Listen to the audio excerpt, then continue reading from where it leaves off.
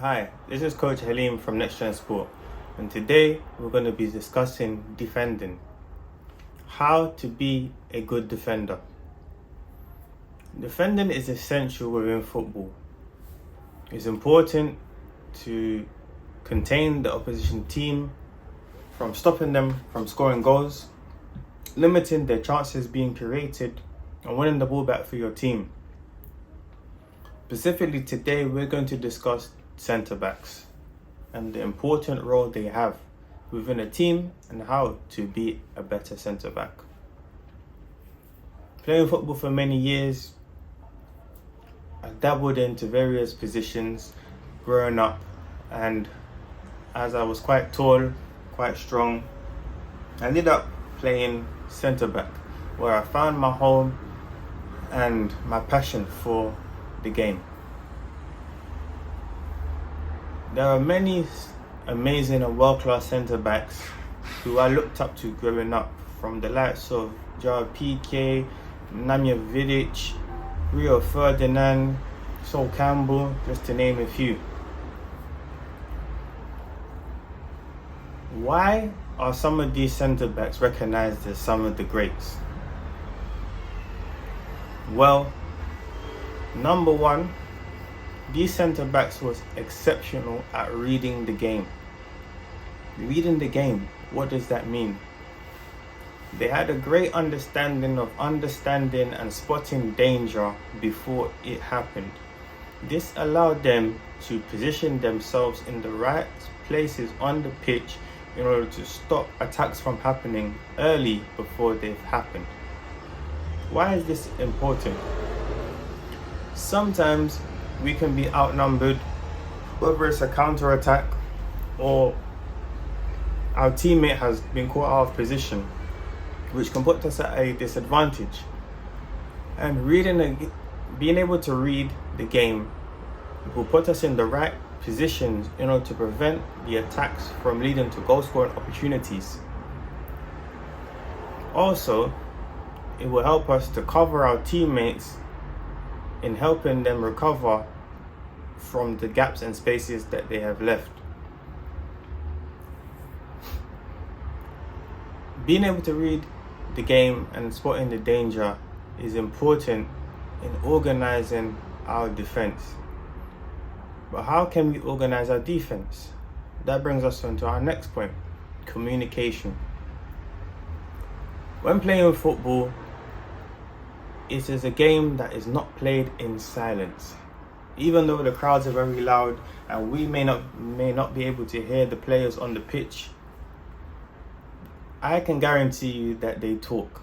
And I encourage all players, especially the young ones, to learn to communicate whilst playing on the pitch. Sometimes when I'm coaching, it can be too quiet. And we should encourage all young players to communicate, to talk to our partners, to talk to our teammates, and let them know what is going on around us. This can prevent mistakes from happening, to keeping the ball much better, to leading to scoring opportunities, and also preventing scoring opportunities. When in a defensive line, it's important for the centre backs and the full backs to communicate, to understand when to step up to create offside opportunities, or to identify where the danger is. Whether one of our teammates is going to press the ball and we need to cover, or a player is getting behind and we need to let them know that they have a man that's making a run on the right shoulder or the left shoulder. Communication within our defensive unit is essential to having a sturdy back line in order to prevent goals or defend or attackers causing problems for us during the game. Another important skill of a centre back is physicality. Physicality is important. It is essential that players who play centre back are physically strong, and that includes having good strength, good balance, agility, jumping ability. These physical attributes will help in order to challenge attackers who may try to outjump us or may try to get us in the foot race. We need to catch up to them, or to jump higher than them, or to stand strong when they may be holding the ball up or trying to turn and twist us around. Tackling is another essential tool of a centre back.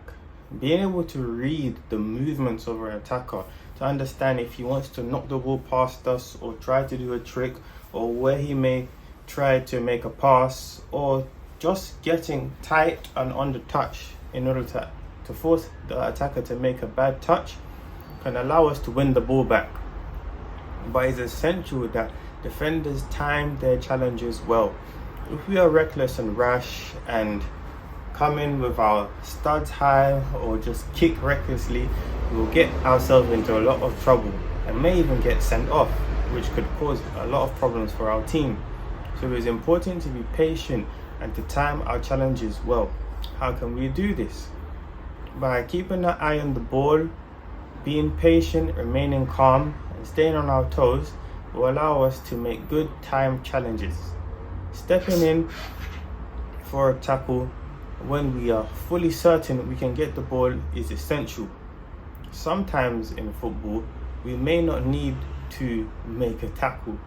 Putting pressure on the attacker could be enough.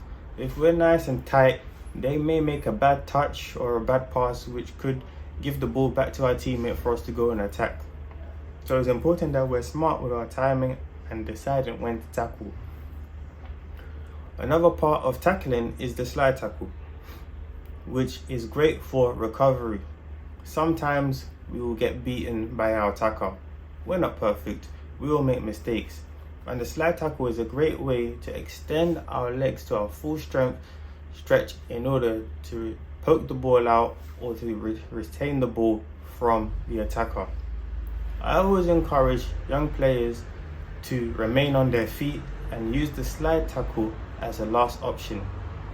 If done incorrectly, it can cause injuries or cause players to be sent off, which could cause problems for the rest of our teammates. So at a last resort, if we're unable to hold the defender off with our physical strength, make a standing tackle, or force them to make a mistake, then use the slide tackle.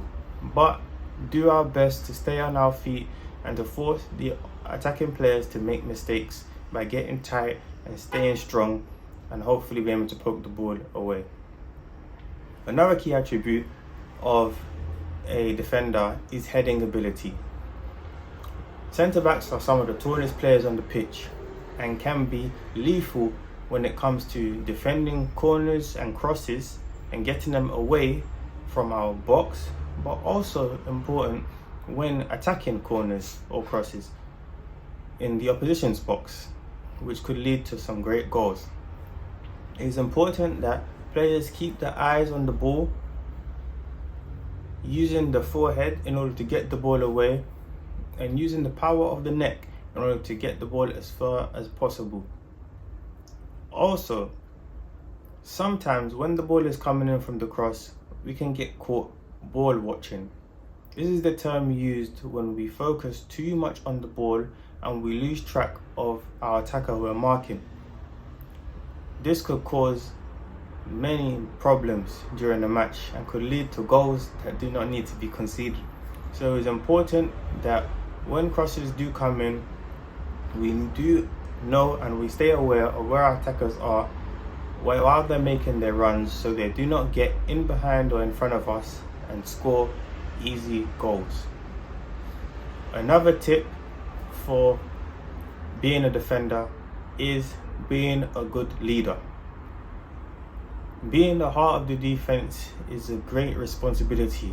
It is a duty to protect the goal, protect our goalkeeper, and stop the other team from scoring. So, by leading an example, being loud and vocal, by doing the right things on the pitch, we'll set an example and send a message to the rest of our teammates that we are leading the defense. And hopefully the rest of our teammates will follow the example that we are setting in order to protect the goal, help our teammates out, and stop the other team from scoring. These are just a few tips on how to be an effective defender. within the game of football. And I hope that you can add these few tips to your game to help you improve and take your game to the next level. Be sure to like, comment and subscribe. Share this video with your friends and family, and I look forward to seeing you on the next video.